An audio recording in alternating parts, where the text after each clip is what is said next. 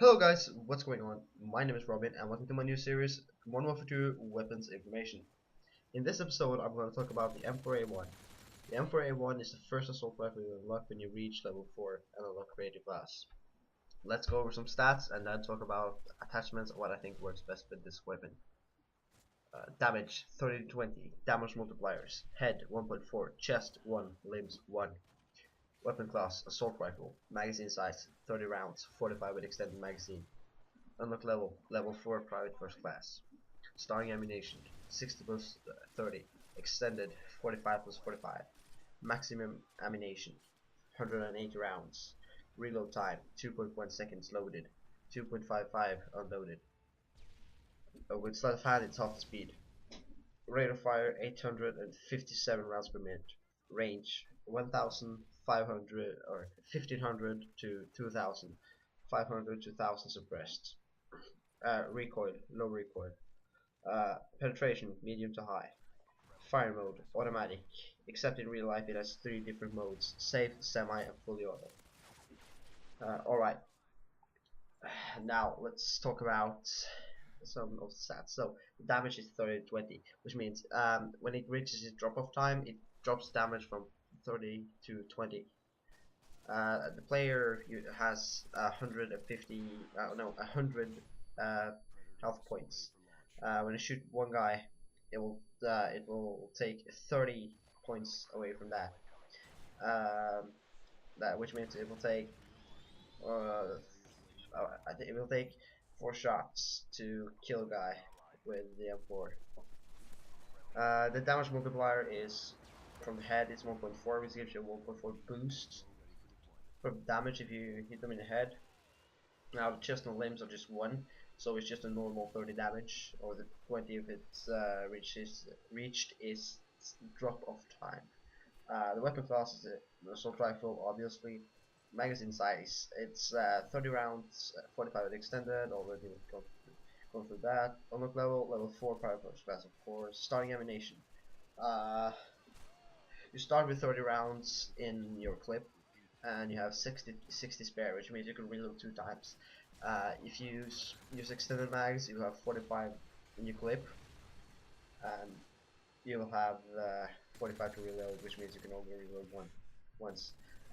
The maximum ammunition you can carry at once is basically the same for all guns, 180 rounds, plus the 30 or 45 you have in your clip. Which means it can be up to 225 if you have extended mags.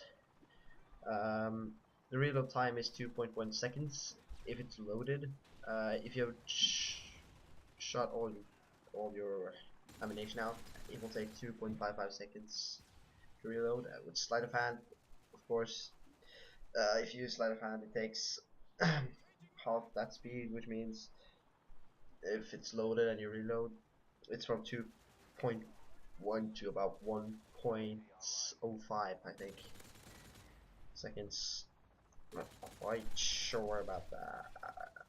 I'm just doing this really quick. I'm just reading up here. So, rate of fire 857 rounds per minute. I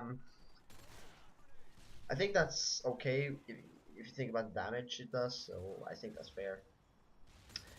The range is 1500 to 2500 to 1000 if it's suppressed. If it's suppressed, it takes off some damage, and the drop of time is more critical. The range is about drop off time, so where it goes from 30 to 20 damage, which means when you reach 1500 to 2000 feet, or 2000 feet, then you will go from 30 to 20 damage. And if you reach 1000 feet, if you're suppressed, you'll go down to 20 damage again also. So recoil is pretty low. I like it, especially I think it's quite balanced actually how much recoil it is. So the penetration is medium to high. There's medium to high damage, which I think it goes between 30 and 20 damage, or it halves that. If it's medium, I think it halves the damage, and yeah, if it's high, it gives full damage, I think. Fire mode, automatic, except that in real life it has 3 different modes. Safe, which is like pull the trigger, it won't shoot. Semi, shoots 1-on-1. Fully auto, it's fully automatic like in the game. So, alright, so let's talk about some attachments. First attachment you unlock is the grenade launcher. The grenade launcher isn't especially useful after you unlock more attachments, but as we all know, the grenade launcher shoots a special grenade which explodes and impacts any kind of surface, but it has to travel a minimum distance before it can explode, so yeah. Next one here is the second attachment is the red dot sight.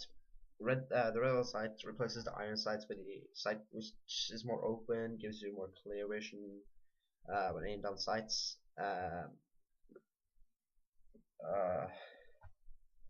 When you aim down sight, you get a red dot in the middle of the sight. So yeah.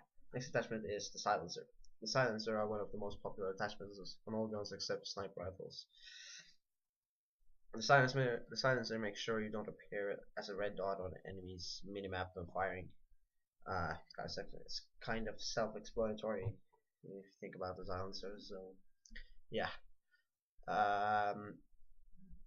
The fourth attachment is the ACOG scope. The ACOG scope allows you to zoom in even further than with any other attachment in the game.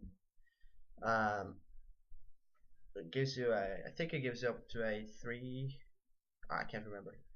I can't remember the how much times it zooms in. Anyway, next up is the FMJ, which allows you to penetrate walls with more damage when hitting the enemy. Sixth attachment is the underbarrel shotgun. The underbarrel shotgun works like a pump action shotgun, but less powerful than a normal shotgun. It also works by getting 20 kills with the grenade launcher attachments.